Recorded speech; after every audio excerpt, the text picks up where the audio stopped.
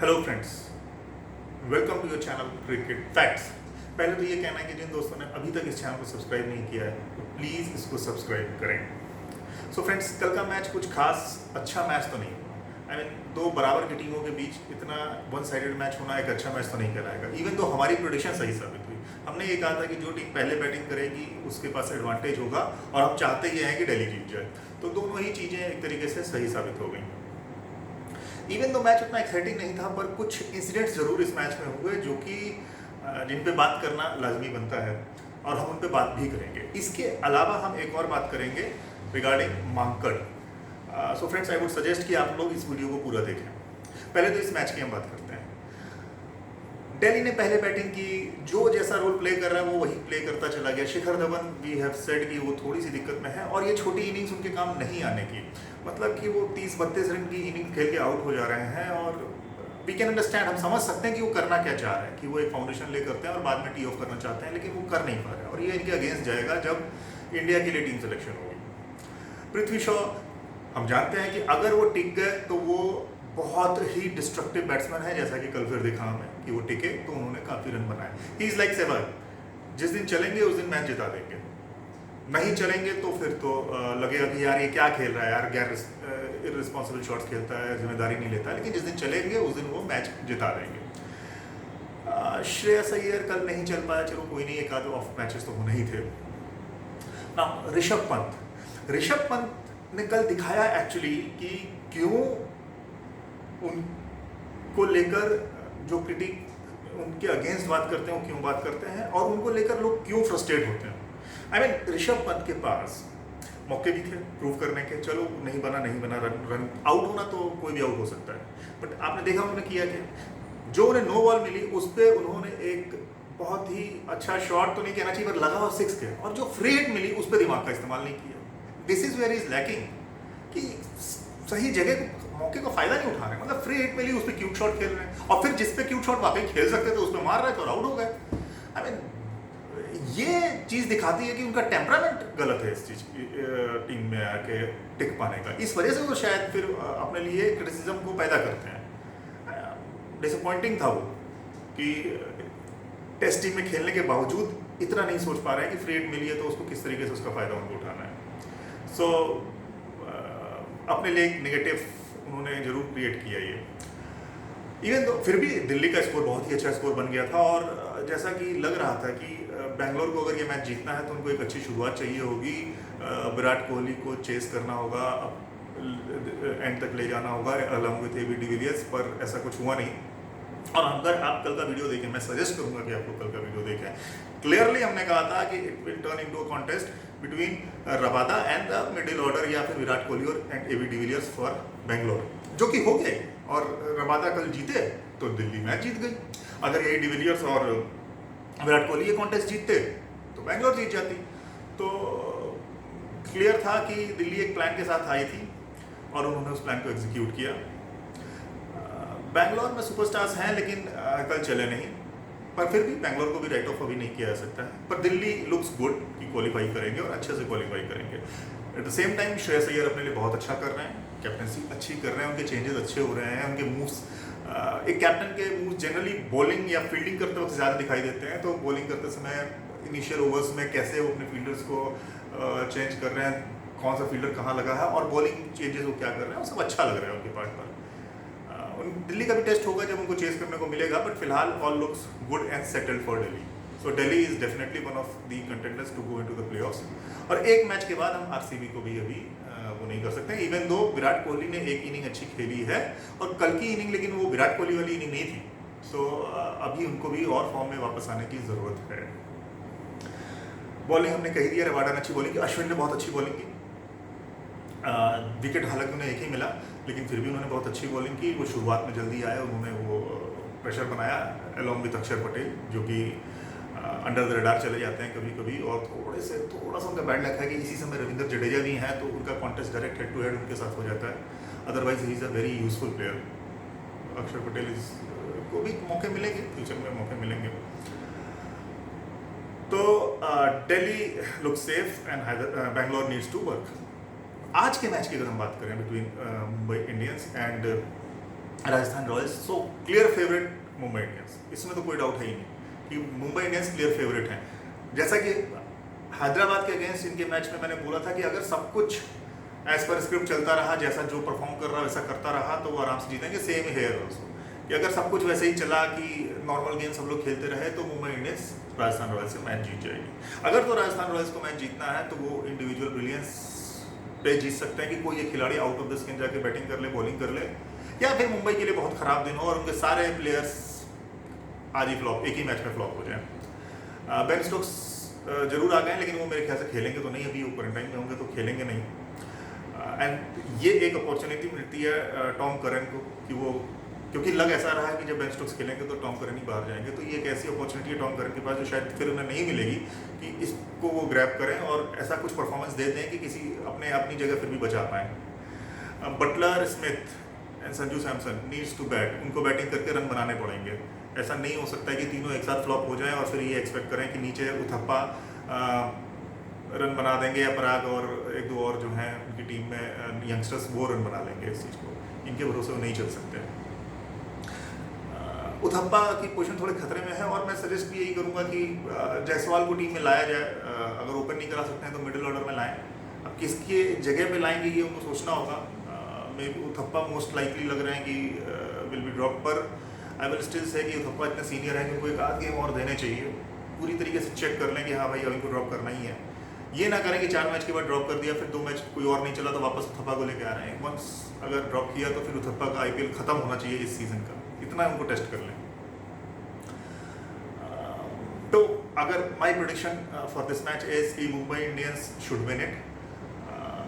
अगर राजस्थान को जीतना है तो कोई out of the ordinary performance by individual players आएंगी तो वो जीत सकते हैं, या फिर मुंबई की तरफ से बहुत ही बेकार प्रदर्शन हो। Under normal circumstances Mumbai should win this match, क्योंकि उनका सारे बेसिस कवर है। अब फ्रेंड्स, मैं एक और टॉपिक पे बात करना चाहता हूँ जो कि कल के मैच में हमने देखा, और इसके ऊपर बहुत डिबेट होती भी है, पर मेरे हिसाब से वो डिबेट 2 पॉइंट पे मेरे हिसाब से वो डिबेट या तो गलत डायरेक्शन में चली जाती है या एटलीस्ट मैं सेटिस्फाइड नहीं होता हूँ उस डिबेट के ऊपर। And that debate is about Mankadi. Mankadi is like batsman आपका क्रीज छोड़ के, नॉन स्ट्राइकर क्रीज छोड़ के जा रहा है एंड बॉलर उसको रन आउट कर दे रहा है। लॉ, क्रिकेट के लॉज ये कहते हैं कि बॉलर जो है वो फुली एंटाइटल्ड है कि वो ऐसा कर सकता है। वो अगर नॉन स्ट्राइकर क्रीज छोड़ के जा रहा है तो वो उसको आउट कर सकता है, लॉ ये कहता है। पर जो भी बॉलर ये काम करता है फिर उसको क्रिटिसाइज किया जाता है कि उन्होंने एथिक्स के हिसाब से नहीं किया, स्पिरिट ऑफ द गेम ने नहीं किया, it is a gentleman's game और ऐसा नहीं करना चाहिए था। तो पहले तो मुझको ये बताओ कि जो बैट्समैन क्रीज छोड़ के आगे जा रहा है वो कोई और गेम खेल रहा है कि वो भी यही गेम खेल रहा है? तो अगर वो यही गेम खेल रहा है और क्रीज छोड़ के आगे जा रहा है, क्रीज पहले छोड़ रहा है इवन तो बॉलर ने डिलीवर नहीं किया, उससे पहले वो क्रीज छोड़ के आगे जा रहा है, तो वो क्या है? इज ये जेंटलमैन? नहीं, मेरे ख्याल से तो नहीं। चोरी ही कर रहा है ना, अनड्यू एडवांटेज ही ले रहा है ना। कल को अगर वो 4 यार्ड आगे निकल जाता है तो ऑब्वियसली रन लेने के लिए उसको 22 यार्ड नहीं दौड़ना है ना, फिर 17 ही दौड़ना है ना। 1 यार्ड की क्रीज होती है, इसलिए बोला 17। तो अगर वो जेंटलमैन वाला काम नहीं कर रहा है, वो खुद चोरी कर रहा है और फिर बॉलर उसे आउट कर रहा है, तो बेसिकली वो कर क्या रहा है कि चोर के साथ उसने चोरी कर दी। तो चोर के साथ चोरी करना जेंटलमैन कैसे, एथिक्स के अगेंस्ट कैसे हो गया? I don't understand this. मेरे ख्याल से तो अगर बैट्समैन क्रीज के बाहर है तो बॉलर उसको रन आउट करे, और इसमें कहीं से भी एथिक्स का सवाल पैदा नहीं होना चाहिए, कहीं से भी। ये वार्निंग देने वाली बात कहाँ आती है? कब किसी और फॉर्म ऑफ आउट करने से पहले बॉलर आप क्या वार्निंग देता है कि भाई मैं तुम्हें बोल्ड कर दूंगा, भाई मैं तुम्हारा कैच ले लूंगा, तुम हवा में मारोगे तो मैं तुम्हारा कैच करूंगा, पहले मैं वार्निंग दे रहा हूँ? यार ये कौन सी बात हुई कि पहले वार्निंग दो उसके बाद आउट करो? मान लो लास्ट बॉल पे 2 रन चाहिए जीतने के लिए या 1 रन चाहिए जीतने के लिए, तो क्या मैं वार्निंग दूंगा कि मैं आउट करूंगा?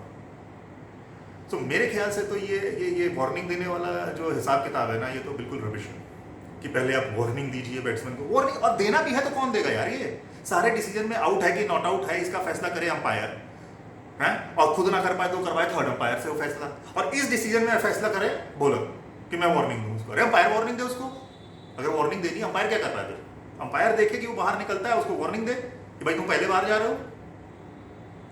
तो माय मेरा टोटल इसके ऊपर इस चीज़ के अगेंस्ट मेरा व्यू है कि पहले वार्निंग दो, उसके बाद उसको आउट करो, और अगर बॉलर आउट कर दे तो उसको हम कहते हैं कि भाई तुमने गलत किया है। सारी चीज़ उसके ऊपर आ जाती है कि तुमने गलत किया है, तुमने वार्निंग नहीं दी, तुम you should be ashamed of yourself. Come on यार, batsman should be ashamed. Caught तो वो हुआ है, चोरी तो वो कर रहा था, उसको तो पकड़ा बॉलर ने, तो अशेम्ड किसको होना चाहिए? अच्छा, इस पे तो बहुत बात हो गई। अब देखते हैं कि इसके अगेंस्ट बोलता कौन है। कल के मैच में अश्विन ने नहीं किया, and credit is to Ponting ने बात की थी इनसे, and he has warned and ये वो। रमेश यार, कौन बात कर रहा है यार? Ponting of all the players, Ponting है ethical player? Come on. I mean, सबने देखा है कि पॉन्टिंग अपने करियर में अपने टाइम पर क्या थे। मेरे ख्याल से तो वो आखिरी इंसान थे जो कि लॉज के लिए स्टैंड करेंगे या खुद उन लॉज को फॉलो करते थे। किसको नहीं याद है यार वो सिडनी टेस्ट? सो चलिए, इंडिविजुअल पे बात नहीं करता हूं मैं कि पॉन्टिंग ये बोले ना बोले, सबका अपना राइट है, जिसको जो बोलने का मन करे करे। पर मेरे ख्याल से तो ये चीज ही अपने आप में गलत है। या तो इसको लॉ से निकालो भाई, ऐसे आउट नहीं कर सकते हैं। और अगर इसको हटा नहीं सकते हैं, क्योंकि इसको जैसे ही आप हटाओगे बैट्समैन नॉन स्ट्राइकर, तो पहले से ही स्ट्राइकर एंड पे खड़ा हो जाएगा, जाके कर लो आउट। लॉ तो ये इसीलिए है था। मेरे ख्याल से जो भी ये बात करे ना कि ये इस तरीके से आउट करना, इसको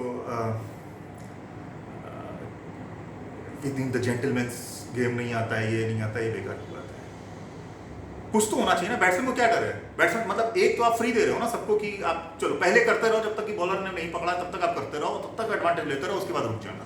तो ये गलत है। वार्निंग तो ये है कि मैच स्टार्ट होने से पहले ही, टॉस होते समय ही मैच रेफरी ने वार्न कर दिया सबको, हाँ भैया सब वार्न लो, हर तरीके से आउट है, इंक्लूडिंग दिस वन ऑल्सो। मैं इसका नाम नहीं ले रहा हूँ क्योंकि उस पर बाद में बात करूंगा मैं। तो ये जेंटलमैन गेम का की दुहाई देकर इस तरीके से आउट करने पे बॉलर को ब्लेम करना, ये मेरे हिसाब से बहुत गलत है। ये तो इस टॉपिक पे मेरी पहली बात। जो दूसरी बात मैं करना चाहता हूँ, और वो मैं ज़्यादा एम्फसाइज करके करना चाहता हूँ, एंड वो मैं अपने दोस्तों के लिए करना चाह रहा हूँ, खासकर अपने इंडियन भाई बहनों के लिए करना चाह रहा हूँ कि वो समझें इस बात को। यार, why is this out called marketed? इसको हम मार्केटेड क्यों कहते हैं या मार्केटिंग क्यों कहते हैं यार? जब इस तरीके से आउट करने को हम बेईमानी कहते हैं, चीटिंग कहते हैं, तो हम अपने एक ग्रेट वीनू मांकड़, उनके नाम के अगेंस्ट क्यों जोड़ते हैं इस चीज को? जस्ट बिकॉज कि सबसे पहले उन्होंने किया था। अरे सबसे पहले उन्होंने किया था तो उस बेईमान के अगेंस्ट किया होगा ना, जो सबसे पहले निकला होगा इस तरीके से बाहर। तो अगर किसी के नाम पे, अगर इस तरीके के आउट को किसी का नाम देना है, तो उस बैट्समैन का नाम देना चाहिए कि बॉलर का नाम देना चाहिए। Who should be ashamed of it कि यार मैं पकड़ा गया था। जिनको नहीं पता उनको मैं बता देता हूं कि उसका नाम ब्राउन था, बिली ब्राउन। तो इस आउट को ब्राउन कहना चाहिए ना हमको। Why marketed? ये, और जहां तक रही वार्निंग देने की बात, तो मैं बता देता हूं कि ये वीनू मार्केट ने ऑस्ट्रेलियन टूर पे बिली ब्राउन को आउट किया था, रन आउट किया था, या इस तरीके से आउट किया था। और जिस मैच में आउट किया था उससे पहले एक टूर गेम भी हुआ था। उस टूर गेम में भी वीनू मार्केट ने वार्निंग दी थी बिली ब्राउन को और फिर आउट किया था। और फिर टेस्ट मैच में भी, इस मैच में भी जिसमें आउट किया, उसमें भी इससे पहले एक बार वार्निंग दे चुके थे वो, फिर भी वो बाहर निकल रहा था और तब जाके आउट किया था। तो यार, इतनी बार वार्निंग देने के बाद जब वो बैट्समैन नहीं समझता है और उसको रन आउट कर दो, तो आप उसको कह देते हो मार्केटेड। क्यों? क्योंकि ऑस्ट्रेलिया में हो रहा था, ऑस्ट्रेलियन मीडिया लिख रही थी। ऑस्ट्रेलियन मीडिया में भी, इवन दो अगर आप जाके थोड़ा सा भी इस इंसिडेंट के बारे में पढ़ेंगे, तो आपको एक और स्टेटमेंट मिलेगा भाई सर डॉन ब्रैडमैन, जिन्होंने कहा कि मुझे नहीं समझ में आता कि क्यों इसको गलत माना जा रहा है। जब उसको इतनी बार वार्निंग दिया उस बॉलर ने, तब भी वो बाहर जा रहा है, तो गलती किसकी है? तो मेरा अपना पॉइंट ये है, मैं अपने भाइयों, अपने फ्रेंड्स, अपने इंडियंस से कहना चाहता हूँ कि भाई इसमें कोई तारीफ की बात तो नहीं है। तो आप लोग जहां पर ये मार्केटेड वर्ड यूज होता है, वहां पे आप ब्राउन वर्ड यूज करें, बताएं लोगों को कि this should not be called marketed. And मेरे ख्याल से इसका रीजन एक ये भी है कि आज की टीम, आज के टाइम में हमारे कंट्री में जो लोग अभी क्रिकेट फॉलो कर रहे हैं और देख रहे हैं, शायद वो जानते ही नहीं है, कि वीनू मार्केट कितने बड़े प्लेयर थे यार। वीनू मार्केट के नाम पे अगर कोई रिकॉर्ड आपको डालना ही है, तो मैं आपको बताता हूँ 2-3 record.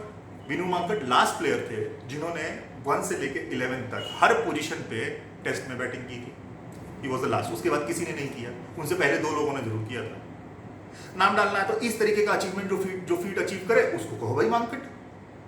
He achieve a marketesque achievement. दूसरा रिकॉर्ड बता देता हूं मैं आपको।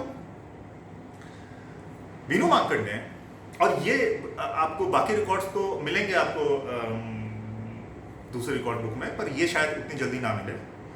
वीनू मार्केट was the first player, first all rounder जिन्होंने 10 विकेट हॉल लिया है और एक डबल सेंचुरी भी बनाई. He was the first जिन्होंने इस फीट को अचीव किया था. Not in the same match जिन्होंने टेस्ट क्रिकेट में 10 विकेट हॉल भी लिया हो और डबल सेंचुरी भी बनाई हो. Vinoo Mankad was the first player to achieve this feat. यार इस तरीके की फीट को कोई अचीव करे तो उसको कहो कि यार ये अचीव मांकड़. ये कितना बड़ा रिकॉर्ड है इसका आप अंदाजा इस बात से लगाइए कि वीनू मांकड़ के बाद से लेकर अभी तक ये स्पीड को अचीव करने वाले टोटल 6 खिलाड़ी हैं, जिसमें वीनू मांकड़ पहले थे. उनके बाद 5 लोगों ने और इस रिकॉर्ड को अचीव किया है. मैं उनके नाम भी बता देता हूं और उसमें बहुत बड़े बड़े ऑलराउंडर नहीं शामिल हैं. इंडिया की ही बात कर लें तो कपिल देव का नाम उसमें नहीं आता है. पाकिस्तान से बात करें इमरान खान का नाम उसमें नहीं आता है. सर रिचर्ड हेडली का नाम उसमें नहीं आता है. सर गैरी सोबर्स का नाम उसमें नहीं आता है. तो इतने बड़े बड़े ऑलराउंडर्स ने वो अचीव नहीं किया है जो कि वीनू मांकड़ ने अचीव किया है. उनके बाद 5 लोगों ने और ये रिकॉर्ड अचीव किया, जिसमें इयन बोथम है, जिसमें जेसन होल्डर है, जिसमें आपके शकीबुल हसन है, वसीम अकरम है. तो इस अचीवमेंट को कहना चाहिए ना कि मांकड़ ही अचीव्ड मांकड़. मैं आपको और एक और रिकॉर्ड बताता हूँ वीनू मांकड़ के बारे में, क्योंकि कितने बड़े प्लेयर हैं. अगेन मैं फॉर अपने इंडियन भाइयों के लिए बोलना चाहता हूँ या प्लेयर्स लोग जो ये देख रहे हैं. इंडिया ने उनके टाइम पे जितने टाइम करियर में इंडिया ने खेला और मैचेस जीते, टोटल इंडिया ने 5 मैचेस जीते उस दौरान. इंडिया ने टोटल 5 मैचेस जीते उनके करियर के दौरान, टेस्ट मैचेस. जो इंडिया ने पहला टेस्ट मैच जीता अगेंस्ट इंग्लैंड जीता था, 1952 में जीता था.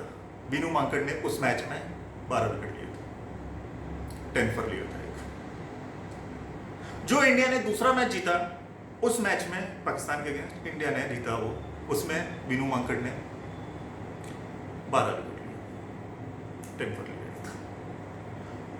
जो इंडिया ने तीसरा मैच जीता अगेन अगेंस्ट पाकिस्तान, उस मैच में वीनू मांकड़ अनफॉर्चुनेटली 10 विकेट नहीं ले पाए. दूसरी इनिंग में 5 विकेट लिए, पर दोनों इनिंग में ओपनिंग की. एक में 41 बनाया, एक में 35 नॉट आउट बनाया. ये शुरू के 3 मैच जो इंडिया ने जीते, इनके करियर की बात नहीं कर रहा हूं. फर्स्ट मैच जो इंडिया जीता, सेकंड मैच जो इंडिया जीता, थर्ड मैच जीता है. अब आते हैं 4th मैच पे और फिर 5th मैच. जो 4th मैच इंडिया ने जीता उसमें वीनू मांकड़ ज्यादा विकेट नहीं ले पाए, 4-5 ही विकेट ले पाए.